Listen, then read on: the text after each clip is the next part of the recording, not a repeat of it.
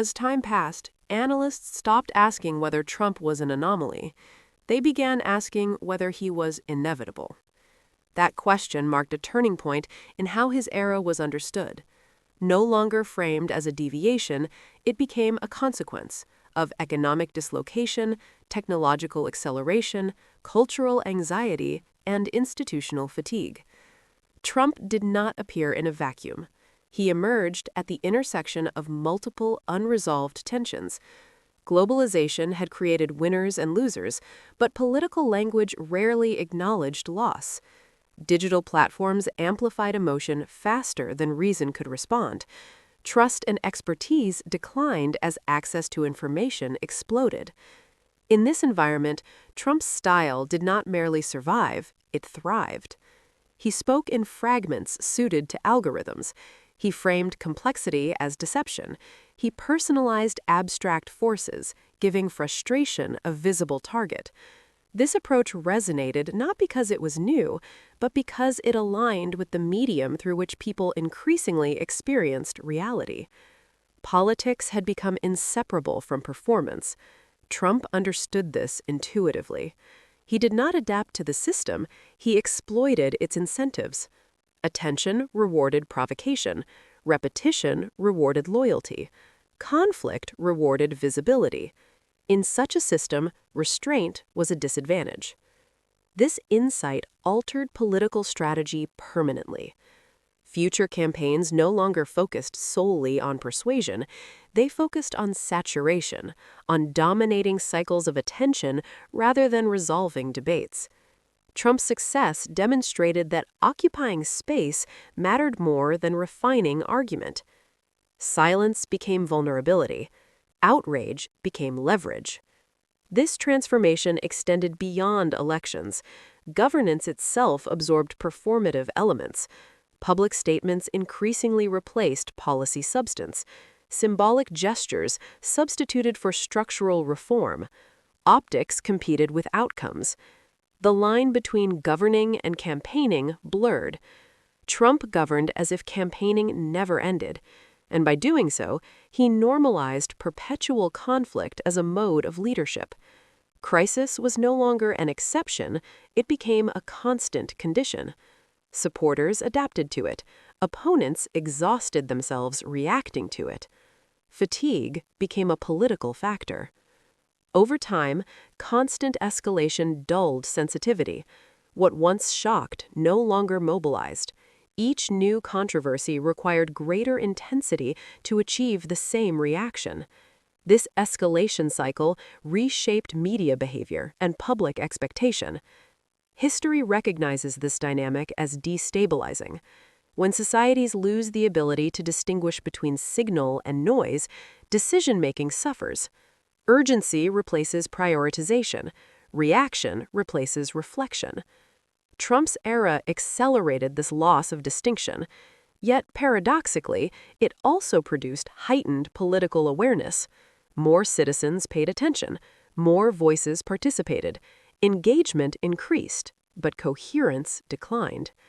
Participation did not guarantee consensus. Instead, parallel realities formed. Different groups consumed different facts, trusted different sources, and inhabited different interpretations of the same events. Trump did not create these divisions, but he benefited from them and deepened them. Truth became contested territory, not debated, but claimed. This shift posed a fundamental challenge to democratic practice. Deliberation assumes shared premises. Without them, disagreement becomes irresolvable.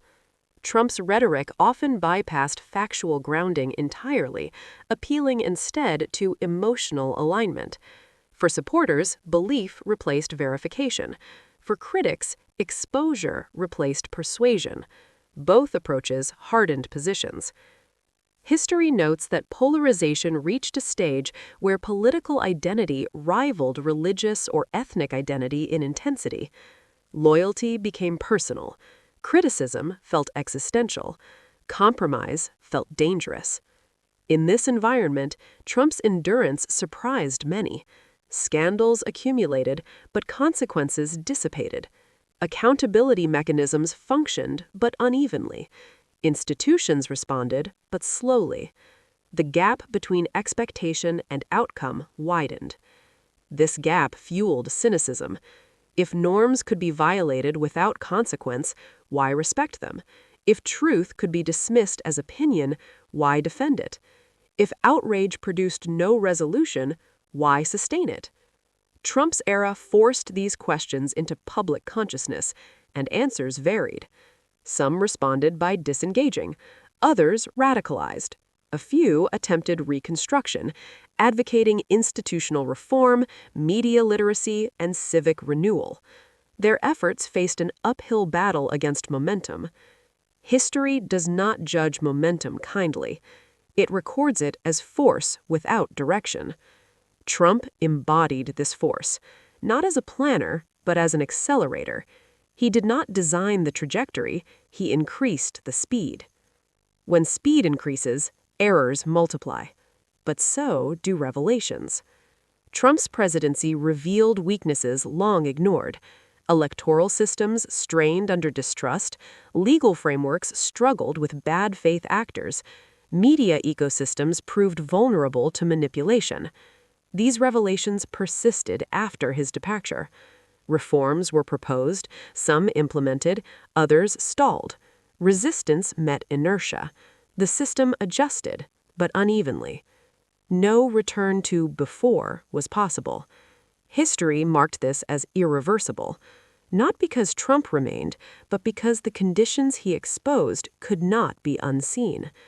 Future leaders operated with new assumptions, that norms required enforcement, that communication required counter-disinformation, that legitimacy required constant maintenance. The cost of complacency was now documented. Trump's name gradually detached from daily politics and entered analytical frameworks. Case studies replaced headlines. His era became a reference point rather than a presence. Yet his influence remained embedded in tone, in tactics, in expectations. History often remembers figures less for what they intended than for what followed them. Trump's legacy fits this pattern. His intentions were personal, immediate, and tactical. The consequences were systemic and enduring. He altered the operating environment, and environments shape behavior long after individuals exit. The chapter did not close. It expanded outward, into institutions, into culture, into language itself. Still unfolding, still contested, still instructive. As the era receded further into the past, historians gained distance, yet not clarity. Distance allows patterns to emerge, but clarity requires time. Trump's influence lingered not as a single chapter, but as a thread woven through multiple developments that followed.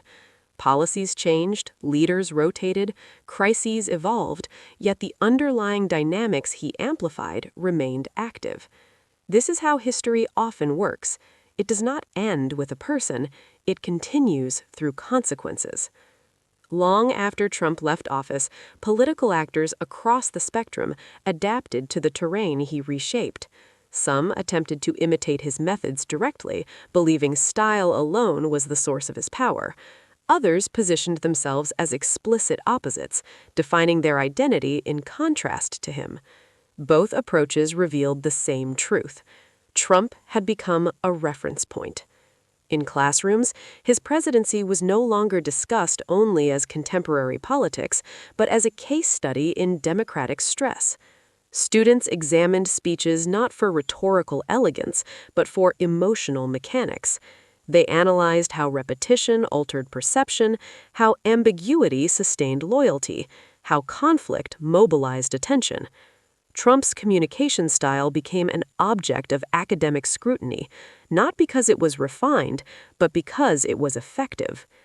Researchers observed that his language reduced complexity without eliminating emotion. It framed events as struggles rather than processes. It encouraged identification over evaluation. These techniques were not unique to Trump, but his scale of application was unprecedented. Technology magnified the effect. Algorithms rewarded engagement, and engagement rewarded intensity. Trump's instinctive understanding of this feedback loop placed him ahead of institutions that still operated on slower cycles. While governments deliberated, narratives moved at digital speed. This mismatch proved costly. Institutions designed for patience struggled in an environment of immediacy. Verification lagged behind virality. Correction arrived after belief had already